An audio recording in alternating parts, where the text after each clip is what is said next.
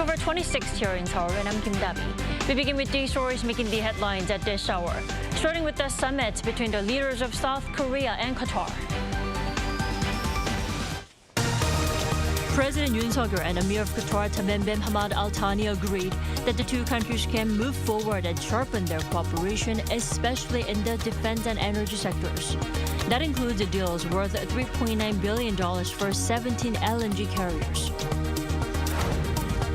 Israeli Prime Minister Benjamin Netanyahu says the country's war cabinet is working around the clock until it reaches a victory, as its military prepares for a ground invasion to destroy Hamas military forces. The Kremlin has announced that Russia's military rehearsed its ability to deliver what it claims is a massive nuclear strike. The drill followed the Russian parliament's backing of the withdrawal of Moscow's ratification of the Comprehensive Nuclear Test Ban Treaty that bans all physical testing of nuclear warheads. President Yoon Suk Yeol and his Qatari counterpart Tamim bin Hamad Al Thani sat down for talks in Doha on Wednesday. On top of upgrading the two countries' bilateral ties, Yoon also invited the Emir of Qatar to Seoul for a state visit. Our Kim Do-yeon starts us off. South Korea and Qatar have elevated their bilateral relationship to a comprehensive strategic partnership as President Yoon Suk Yeol on Wednesday held a summit with the Emir of Qatar, Tamim bin Hamad Al Thani. The event comes as Yoon is on a state visit to Qatar, and next year will be the 50th year since the two nations' diplomatic ties were first established.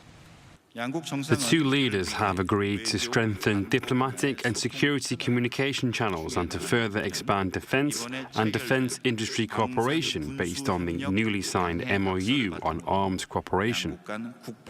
In addition, the two leaders have agreed to expand bilateral cooperation in the LNG sector to encompass the entire upstream and downstream sectors, including LNG carrier construction, operation, and maintenance. This comes as Qatar Energy signed deals worth $3.9 billion with South Korean shipmaker HD Hyundai Heavy for 17 LNG carriers. And the two saw the need to look for more areas of cooperation.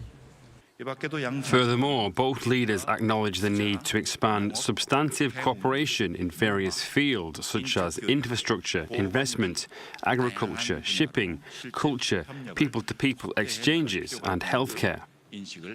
They show support for each other in terms of their regional security issues as the Israel-Hamas war continues and the Korean Peninsula sees provocations from North Korea. President Yoon expresses hope that Qatar, acting as a mediator in the region, can contribute to easing tensions through communication with relevant parties. South Korea will also play a necessary role and make contributions. In response, the Qatari leader showed his support for South Korea's policies towards North Korea. The two then moved on to the official MOU signing ceremony where they signed 5 MOUs. They include cooperation in smart farm production, advanced technologies, and deepening exchanges among small to medium-sized enterprises. After the ceremony, the two wrapped up the summit with lunch at the palace. According to the top office, during the meal, President Yoon invited the Emir of Qatar for a state visit to South Korea next year, to which the Qatari leader accepted. Kim Do-yeon, Arirang News. And after upgrading their relations to a comprehensive strategic partnership, the two leaders specified ways to extend their economic collaboration at a business forum in Doha. Our Moon Hae-ryun has the details. As part of the final leg of his trip to Qatar, President Yoon Suk Yeol wrapped up efforts to further economic ties through a business forum resulting in 10 signed MOUs across numerous sectors. On Wednesday local time in Doha, he met with 250 business leaders and spoke of the progress made between the two countries leading up to the 50th anniversary of diplomatic relations next year.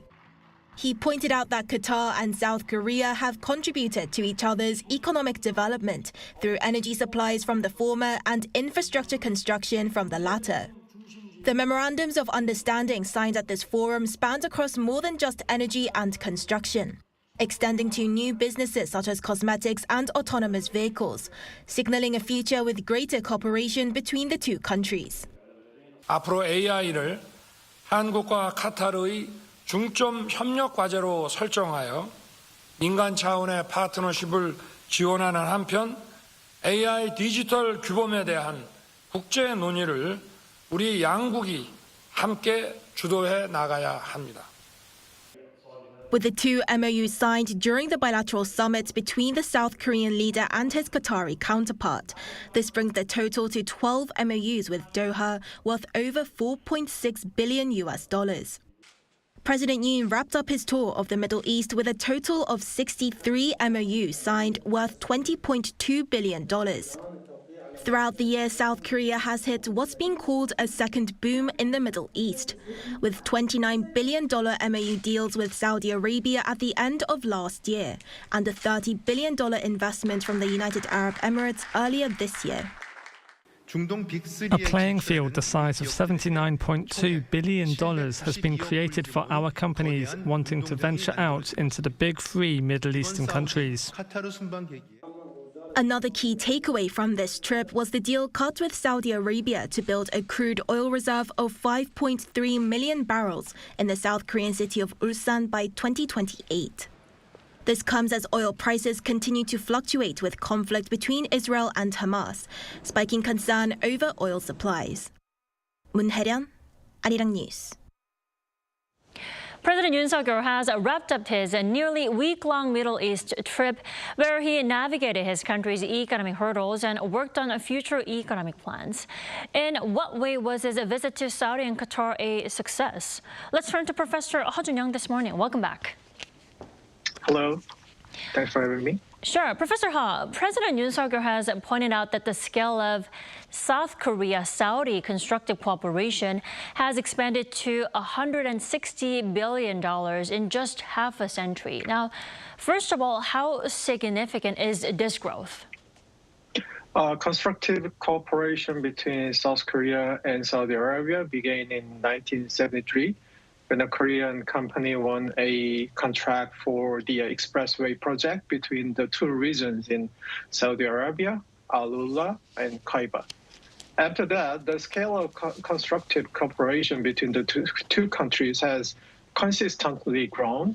The total value of constructive project carried out by Korean construction companies in Saudi Arabia has exceeded 160 billion to date.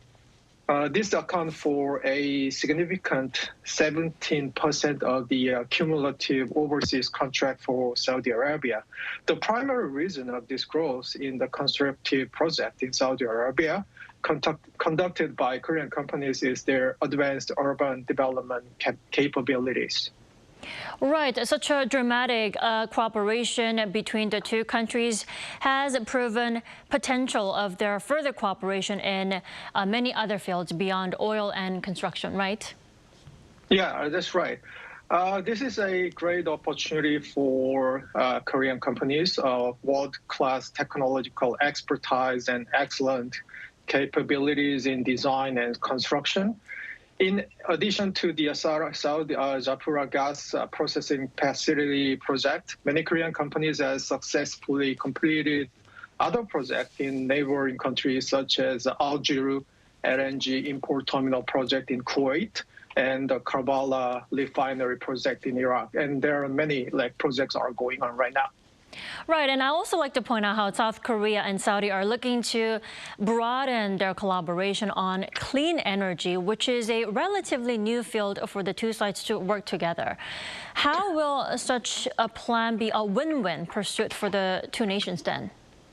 Yeah, as well known, Saudi Arabia is making effort to transition from an oil-dependent economy to a future economy with less reliance on oil.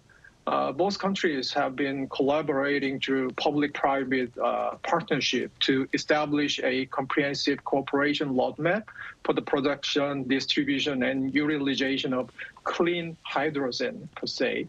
In particular, Saudi Arabia views South Korea as an ideal partner in the hydrogen economies due to its leadership in key elements of the hydrogen economies, such as carbon capture, utilization, and storage technology, as well as advanced technology like hydrogen vehicles and fuel cells of Korea. Sure. President Yoon's economic diplomacy continued over in Doha of Qatar, where he looked for ways for South Korea to really contribute to Qatar's development. Then how can South Korea, do that? Similar to Saudi Arabia, Qatar has been working to reduce its heavy dependence on energy resources. In 2008, Qatar introduced the Qatar National Vision 2030 to diversify its economic structure. So this vision includes goals such as private sector-led growth with a focus on knowledge-based, high-value-added industries, ensuring food security, securing water resources and clean energy resources, and strengthening healthcare, education system, and more. So the aim is to move toward a more diversified and sustainable economies. As a part of this plan, Korean companies are initiating efforts to expand their LNG support network to Qatar. In particular, they plan to further cooperate on infrastructure projects building on the basic major landmark project within Qatar, such as the Qatar National Museum, the Lusail Expressway, and the Doha Metro. Definitely. Professor Ha, but I do have to point out how Yoon's Middle East trip also came at a time when the situation over in the Middle East is shaky. What's your take on this? Yeah, I think an approach that separates politics and economics is needed. From a humanistic perspective, it is essential to express concern and opposition to civilian attacks and casualties in the armed conflict between Israel and Hamas. However, economic aspects should be approached separately from these political issues to ensure practicalities. Definitely. Professor Ha, thanks so much for joining us this morning. We appreciate it. Thanks.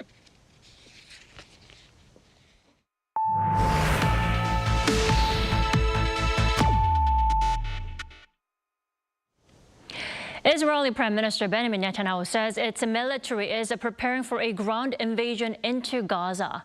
Elsewhere, both U.S. and Russia-led resolutions failed to pass at the UN Security Council, despite both calling for a humanitarian ceasefire. Lee Seung-jae reports. In a televised statement on Wednesday, Israeli Prime Minister Benjamin Netanyahu said that his military is preparing a ground invasion of Gaza, but did not elaborate on the timing or any other information about the operation. We are raining hellfire on Hamas. We have already killed thousands of terrorists, and this is only the beginning. Simultaneously, we are preparing for a ground invasion. I will not elaborate on when, how, or how many. I will also not elaborate on the various calculations we are making, which the public is mostly unaware of, and that is how things should be. Meanwhile, U.S. President Joe Biden said he did not demand that Israel hold off on a ground invasion into Gaza until Hamas releases hostages. Speaking at a press conference at the White House on Wednesday, Biden said that he's only indicated that if it's possible to get the hostages out, Israel should do so, but added that it's Netanyahu's decision. Biden's remarks come amid reports of the Biden administration encouraging the delay of a ground invasion in the hopes more hostages could be freed and humanitarian assistance could reach Gaza. And Qatar's Prime Minister Sheikh Mohammed bin Abdulrahman Al Thani said Wednesday that his country is continuously seeking to secure the release of hostages held by Hamas in Gaza. The Prime Minister was also hopeful that a breakthrough in talks would happen, but warned that an Israeli ground assault would make freeing hostages much more difficult. Over in New York, both a U.S.-led and Russian-led resolution on the ongoing conflict in the Middle East failed to pass at the UN Security Council. The Council first voted for the U.S.-led draft resolution, which called for humanitarian pauses in Gaza, condemned the October 7th attack by Hamas in Israel, and called for the immediate and unconditional release of all remaining hostages held by the militant group. It was vetoed by Russia, China, and the UAE. Russia's draft resolution, which called for a humanitarian ceasefire, was also voted down, only receiving 4 votes in favor, 2 votes against, and 9 abstentions. This comes as 2 different draft resolutions proposed by Brazil and Russia last week were also rejected. Lee Seung-jae, Arirang News. Russia's military has conducted a drill simulating a nuclear strike on the day its parliament revoked the ratification of a global nuclear test ban. The Kremlin said on Wednesday that Russia has successfully tested its ability to deliver a massive retaliatory nuclear strike by land, sea, and air. It added that the drill was overseen by President Vladimir Putin and involved practical launches of ballistic and cruise missiles.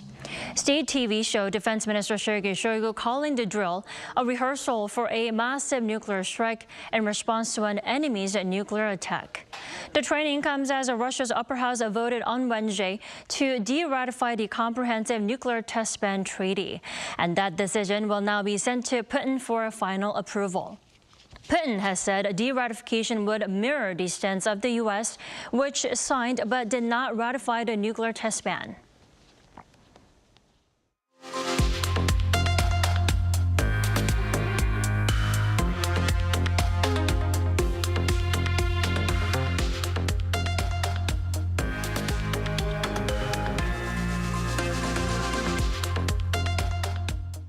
A magnitude 3.4 earthquake struck the central city of Gongju in Chungcheongnam-do province on Wednesday night, with no casualties or damage being immediately reported. According to the Korea Meteorological Administration, the latest quake occurred at 9:46 p.m. at a depth of 12 kilometers and was the fifth strongest quake to occur on the Korean peninsula so far this year. While there have been no more than 380 reports related to the tremor, no reports of damage have been made. Now, in response to the quake, the Interior Ministry raised the alert level to the third highest on the scale of 4.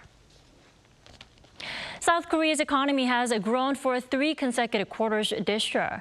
Data from the Bank of Korea released on Thursday shows that the country's gross domestic product, adjusted for inflation, rose 0.6% on quarter during the July to September period.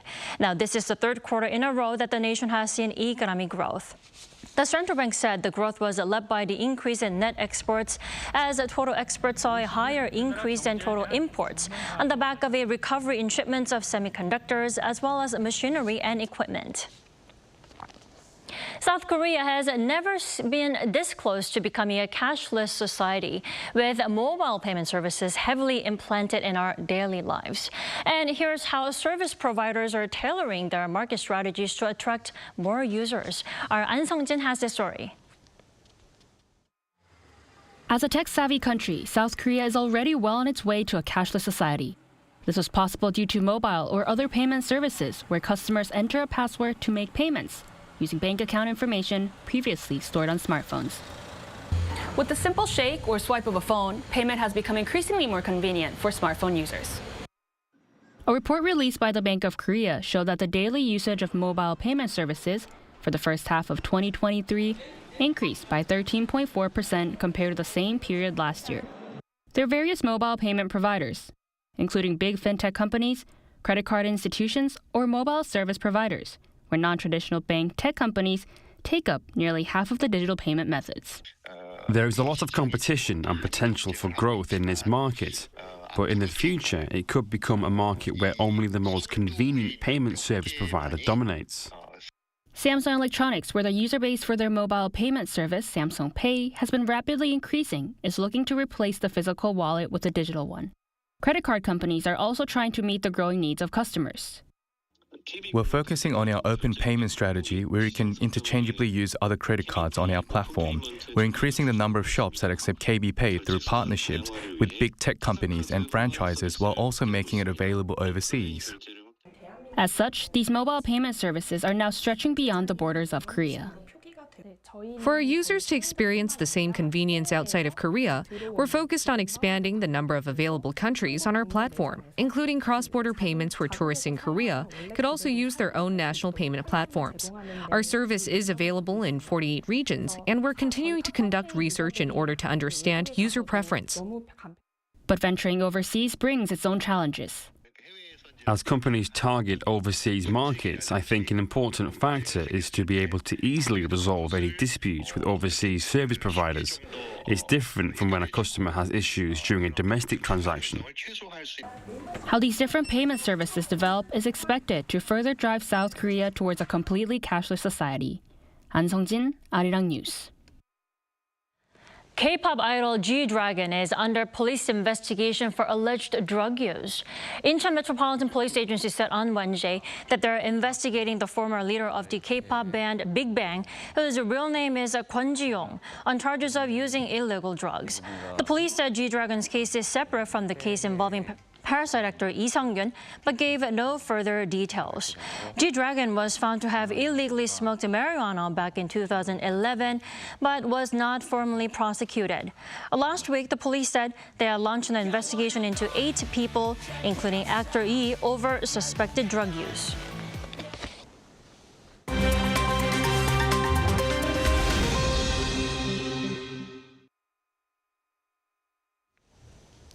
Good morning, I'm Seung Kim, and we now turn over to stories from around the world. We begin in the U.S., where after 3 failed attempts, Republican Mike Johnson was elected the 56th Speaker of the House of Representatives on Wednesday, bringing an end to prolonged Republican chaos on Capitol Hill. Johnson was the 4th Republican to receive the party's nomination after Tom Emmer dropped out earlier the same day. The conservative Louisiana lawmaker won 220 votes in the lower chamber of Congress. Johnson is also a close ally of former President Donald Trump. While his conservative stance on policies such as abortion and same-sex marriage has garnered criticism in the past, Johnson promised to waste no time in getting the House back in business. He also pledged support for Israel in its fight against Hamas. Moving over to southern Mexico now, where Category 5 hurricane Otis made landfall just after midnight Wednesday local time, with wind speeds of up to 270 kilometers per hour. According to the U.S. National Hurricane Center, Otis touched down near the popular resort city of Acapulco. Officials warned of a life-threatening storm surge as well as the destructive waves and heavy flooding in coastal areas, with the storm set to bring heavy rainfall of up to 51 centimeters to affected regions. Mexico's President Andrés Manuel López Obrador said no deaths had been reported, but that updates were being affected by damage to communications infrastructure. He also urged people to evacuate the area while schools have been cancelled, classes in Mexico's southern state of Guerrero. San Diego's SeaWorld announced on Wednesday its first birth of an emperor penguin chick in over a decade. The baby penguin hatched about 2 weeks ago on September 12th on SeaWorld's grounds. With the rise of sea levels and loss of Antarctic ice cap, the flightless bird is a near-threatened species. According to Justin Brackett, curator of birds at SeaWorld, emperor penguins rarely hatch in captivity and take up to 65 to 72 days to be born. This is the first such birth at the site in 13 years and will be the 17th emperor penguin at the San Diego theme park.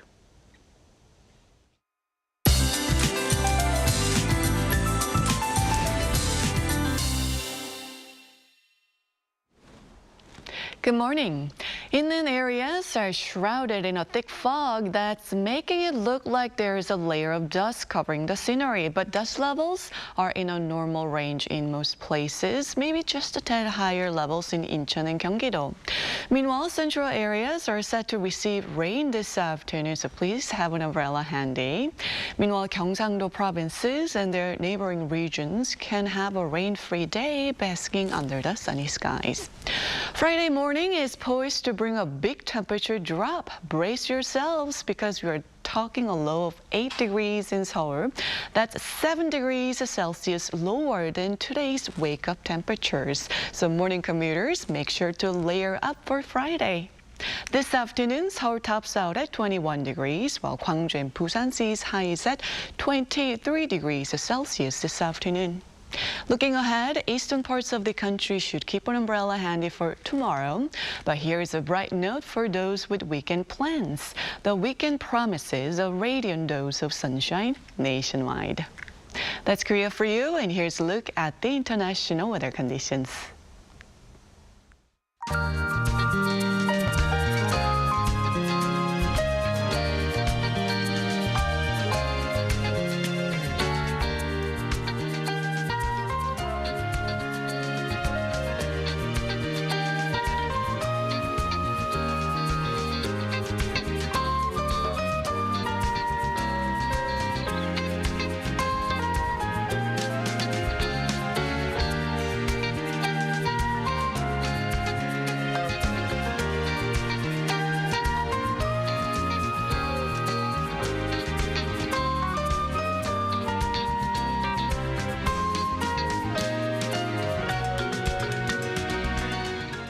We thank you for watching New Day at Arirang. We'll be back tomorrow for Friday's edition at the same time, 9 a.m. Korea time.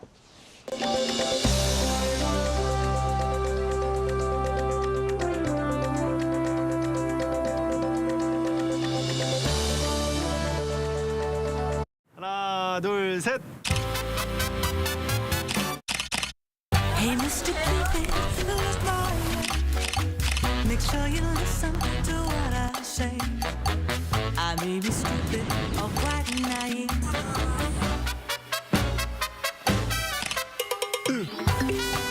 끝없이 쏟아지는 포토스팟. 휴대폰 한 대로 감당할 수 있겠니? Straight through my heart. 한국에 오면 먹어야죠.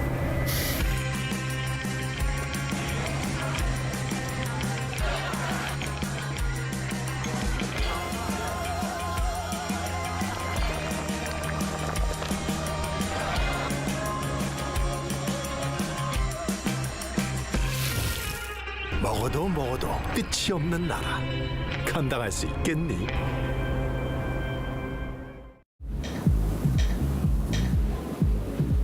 웰컴.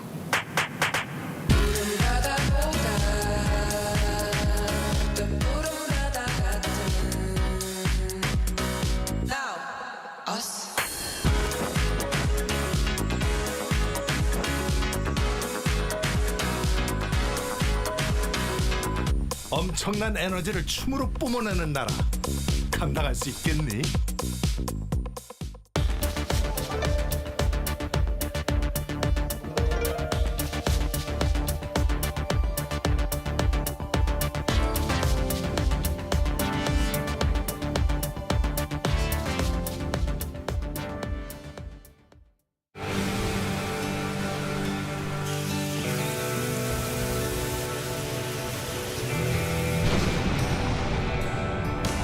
Busan, Korea is already reaching the entire world, like ocean waves that travel far and wide. It's Busan, the perfect World Expo city, transforming our world, navigating toward a better future. So the movie you're watching today is Open the Door. Open the Door. Okay, sounds like there's something strange or interesting behind it. So it's a family drama about opening a secret door. Sounds interesting. Yes, and it's actually even more interesting because it's a real story that happened in the Korean community in the USA.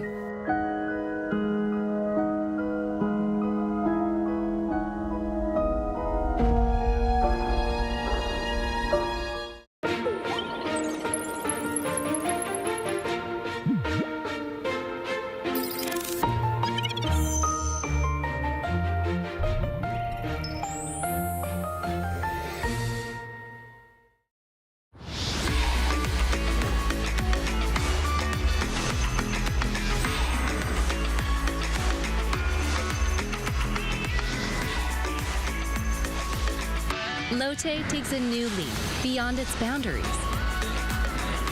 Our change will lead to better lives for all. New Lotte, the power of a better world. New today, better tomorrow. Lotte. 한국에 오면 먹어야죠.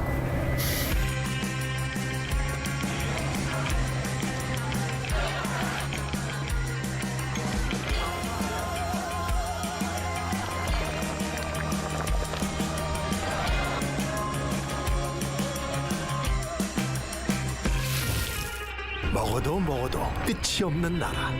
감당할 수 있겠니? 웰컴.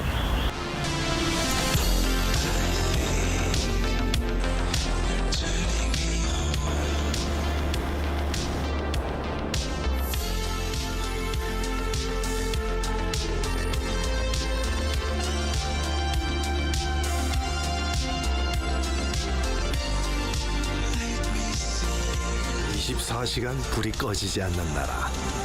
감당할 수 있겠니? 하나, 둘, 셋. Hey, Mr. Cupid, who's mine? Make sure you listen to what I say. I may be stupid or quite naive.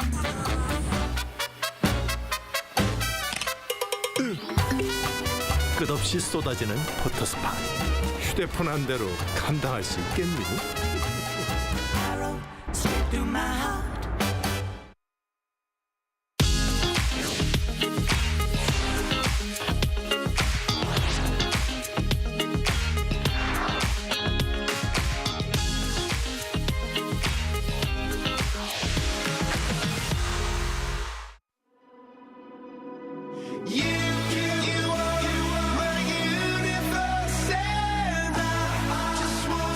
We're here to make a new type of news.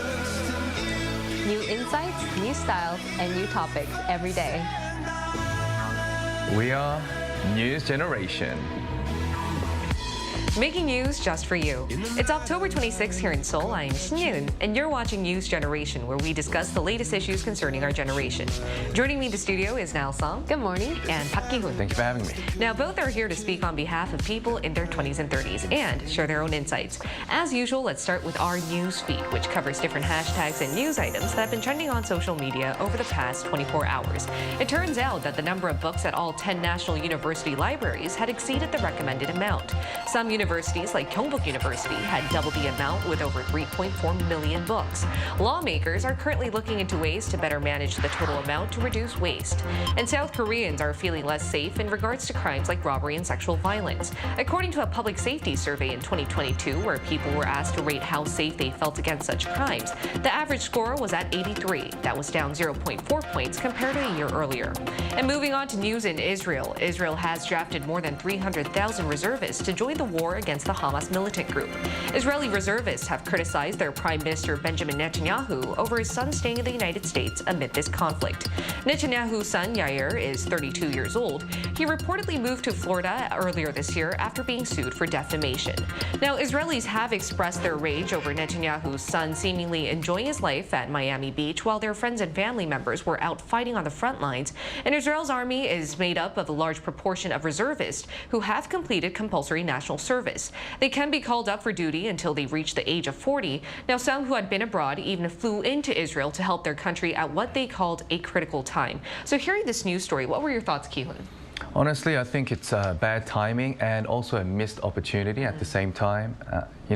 I wouldn't know how it feels to be a son of a prime minister, but you should live with some sort of responsibility and be extra careful of your actions because you're going to live a very, very privileged life. Yeah. Therefore, most citizens will always keep an eye on you of what you do, right, like the wrongdoings, and they'll just criticize you. They will always be ready to do that. So I think another big mistake that I think he made was he was posting a lot of things on social media, right, including a lot of inappropriate political comments.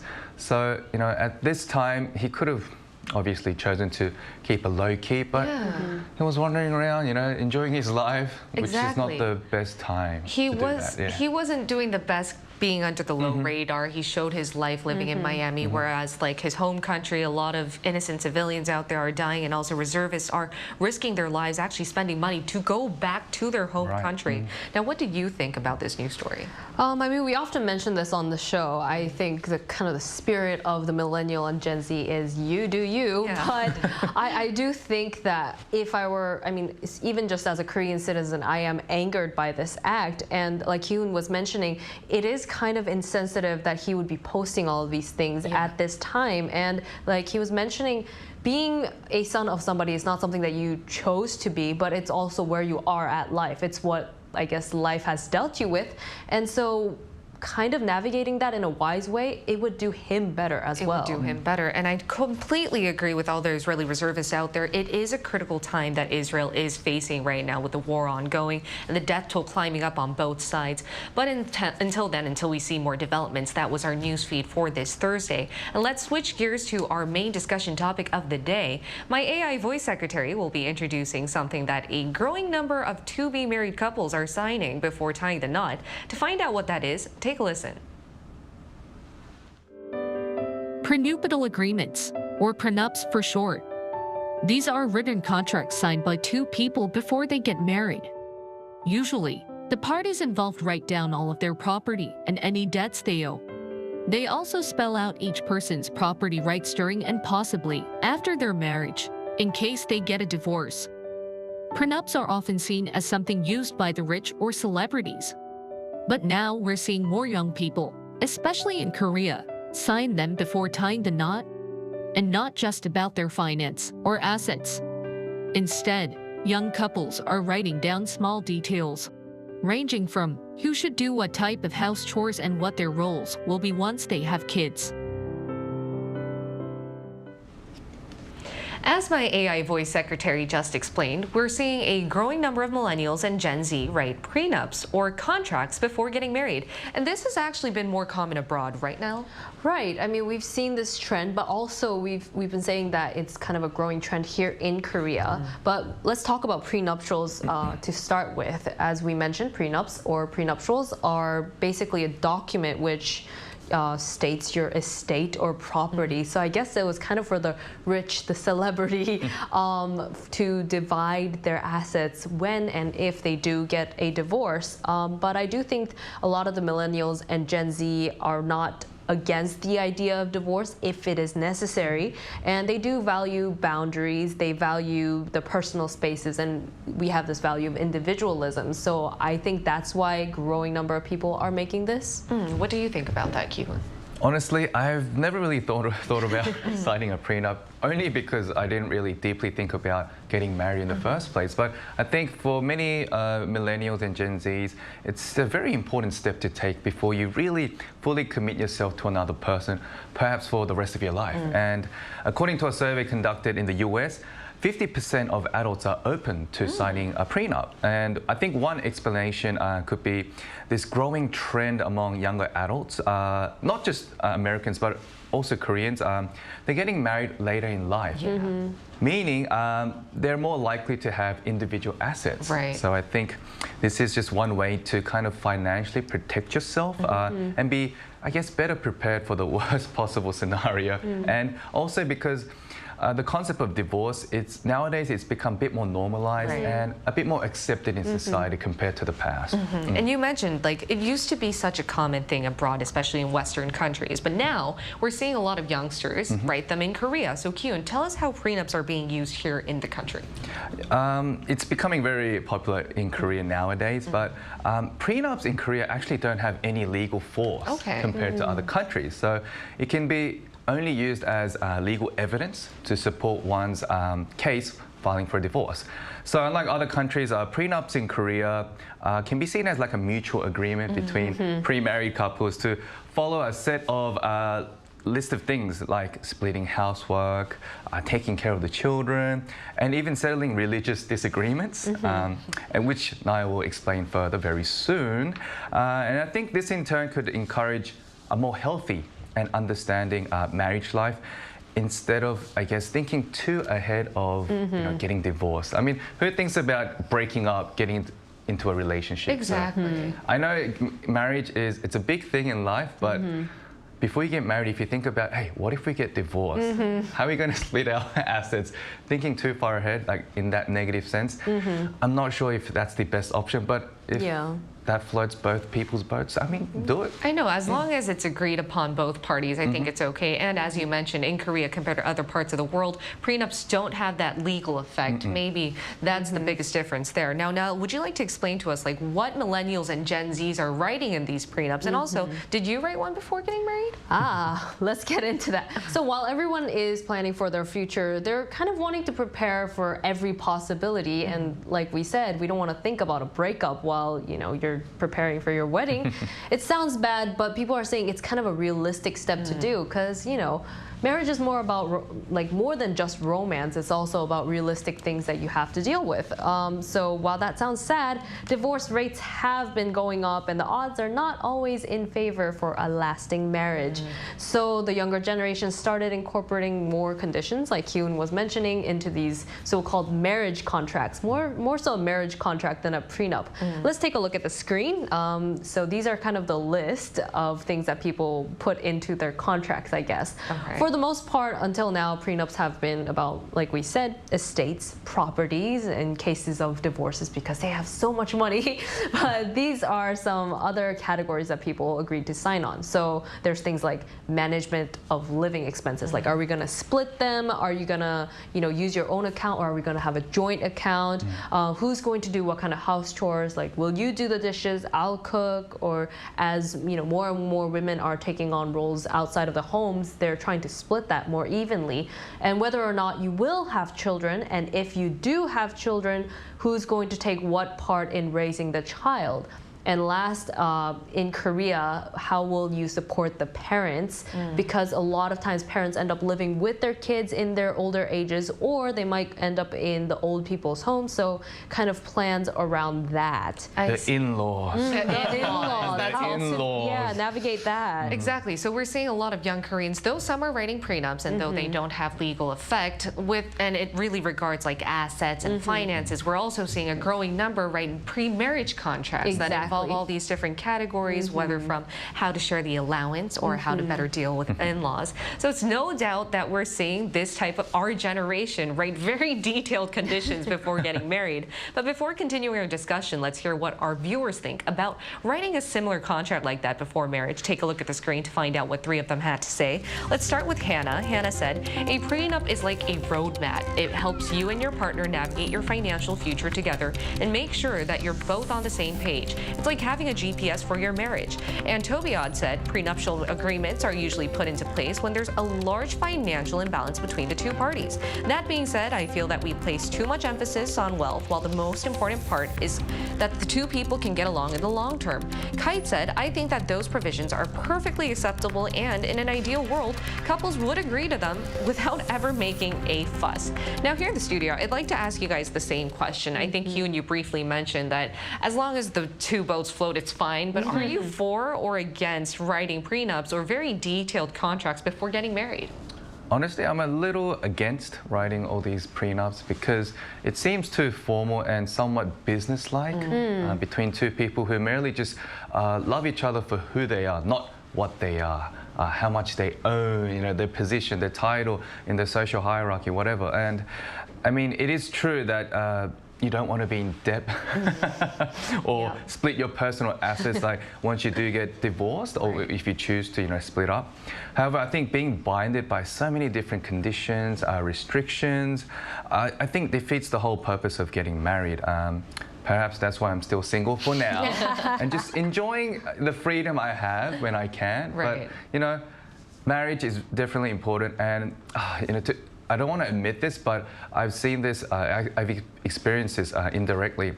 Many people fight in marriage because of money. So I think money is a big issue. Oh, definitely. But like dealing it before marriage can be a very good option. Now, where do you stand on that? Yeah, it's a smart way to navigate things. You asked me earlier if I've ever written one myself. I didn't write it, it wasn't like a premarital thing or really about the money itself. But I want to talk about it because I brought it right here. Whoa, that is legit. It's like a legit contract. It's in English and it's in Korean. I hope people can't really read into it. Please don't zoom in. So the focus wasn't really the property or like the asset aspect to it, because we didn't have that much money to start with. And I'm pretty sure I never really have to use this in a legal way. And like we were mentioning, I can't use this in a legal way. But this mostly consists of when I was really angry, the conditions that I've laid out for my husband. I mean, because we talk about deal breakers a lot in marriage, and I think some of these were kind of deal breakers that I saw during the marriage, and I said, if you do this again, I can't guarantee that I'll stay with you. And it consists of breaking traffic laws, because I like it when, driving safely, and I'm almost to a point like too much of a goody two-shoes, so kind of consists of that, like health issues, like smoking and things like that. Smoking is a kind of a big deal breaker for me, so that was a huge thing. But a lot of it is really vague. I don't think I could ever use this in a legal way because of that. But it says things like, I'm going to read number 5. I will listen to my wife's opinions about when I overwork myself to help others. Okay. So it's very specific, Wow. right? So it's lovely when somebody has a great heart, but Right. when they prioritize other people so much to the point their body starts to, break down, I feel like I don't know if I can build a life with that kind of attitude. I would have to say this is not the temporary prenup I was thinking about. It's not. It's really not. It's just. But I think you showed us a very good example of how millennial and Gen Z couples out there are more accustomed to writing contracts, whether it involves like abiding to traffic laws or make sure not to overwork yourself and better communication. Yep. I think that is a growing trend among our generation. And also, I'm quite curious as to find out more about the legalities involved with signing these types of contracts before marriage. And to find out more about that, we're now going to include a family attorney in our talks. So stay with us for our live interview.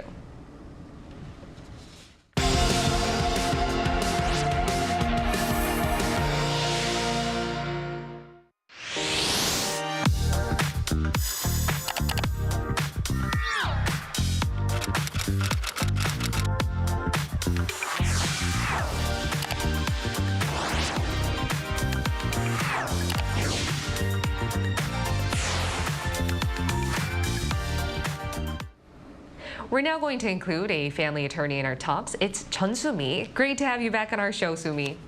Hello. Hello, this generation. How are you?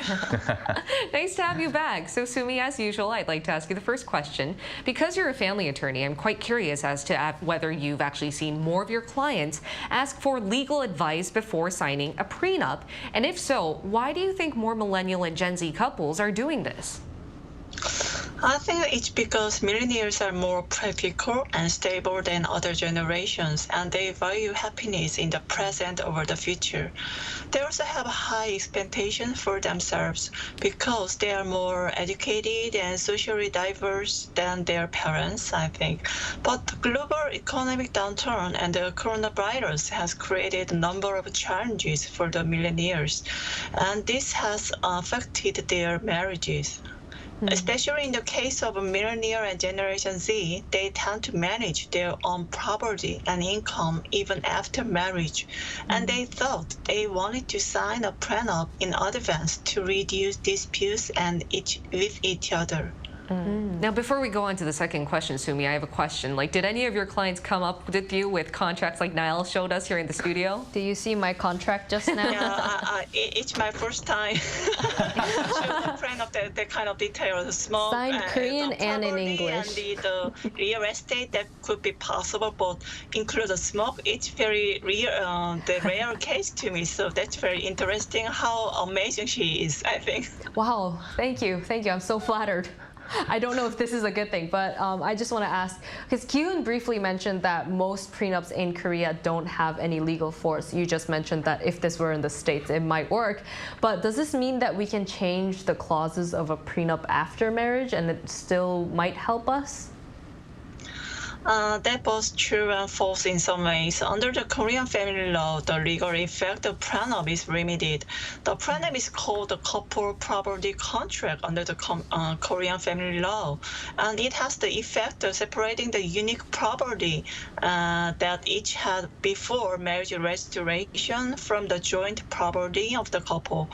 However, even if the prenup is signed, the court does not absolutely recognize the effect in case of divorce. As Kyun mentioned to us, the prenup can be used as important evidence in divorce trials. This is why it's a good idea to specify the property of the husband and wife in detail, and in order to distinguish between them. In the end, when writing the prenuptial agreement, it is important to make sure that each section is as clear and specific as possible to prevent potential confusion and disputes in the future. Okay, is there any way to ensure that both parties do comply once signing it? And what's the best way to write a prenup? In the case of divorce under the prenup, it is necessary to determine the specific division of the property to be held as their property. And in the case of real estate, it is desirable to register above. The best thing is to have harmonious marriage without divorce. But in case of divorce, it is recommended to prepare a marriage contract and have it notarized at the notary office before filing for divorce. Please find me if you have any difficulties regarding the prenup. All right, but let's all hope for that harmonious marriage. Thank you so much, Sumi. It was a pleasure talking to you talking to you again today.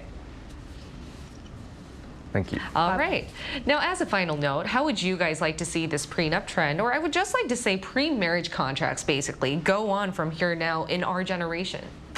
You know, it's a very tough question, but if I have like this ideal type of, I guess, prenup concept, if I meet someone, I'm not going to ask them personal questions like, how much do your parents own? Like, how many houses do they have? Or how much do you earn? What's your annual salary? But I don't think if I do find out after I, devote myself to getting married to this person, I don't think it would change my feelings towards that person just because of how much money she has, how much money that I'll end up getting if I do get divorced. Because I think a lot of people abuse this kind of the whole marriage thing because after finding out how much the other person actually had, they thought, I can just live with that person for a few years and then legally take half of their assets. So as long as you don't really abuse it, and like what the lawyer said, if you can live a harmonious life without thinking too much about these things. But also our generation, we're very practical, pragmatic, and we like to prepare ourselves for the worst case scenario. And like also we are the YOLO generation. We are. I mean, you can get divorced and get married again. So I don't think it's just like, don't tie yourself too much to just one type of love. You can always have a diverse kind of life, so just enjoy it while you can. Yeah. What about you now?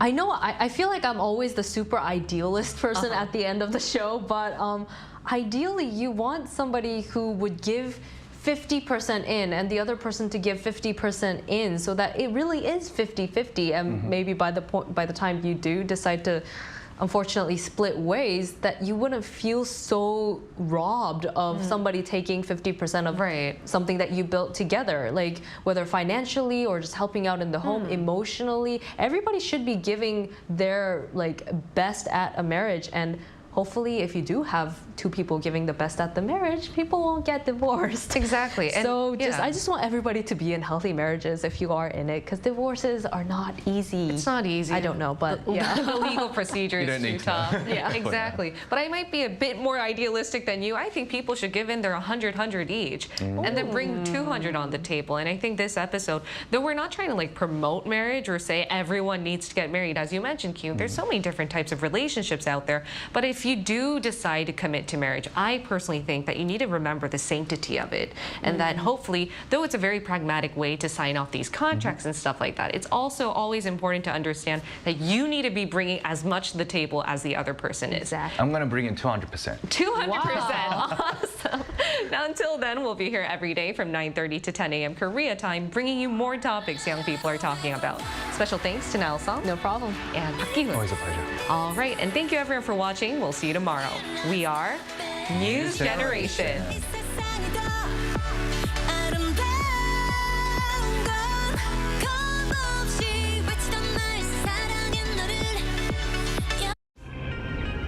한국에 오면 먹어야죠.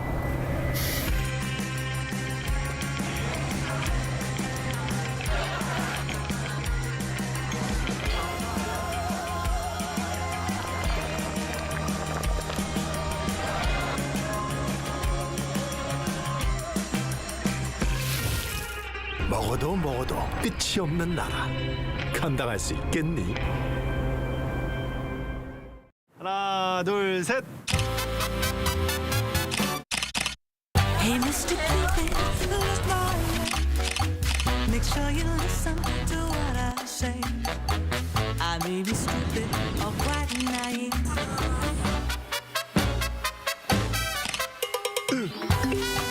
끝없이 쏟아지는 포토스팟. 휴대폰 한 대로 감당할 수 있겠니? Arrow straight through my heart.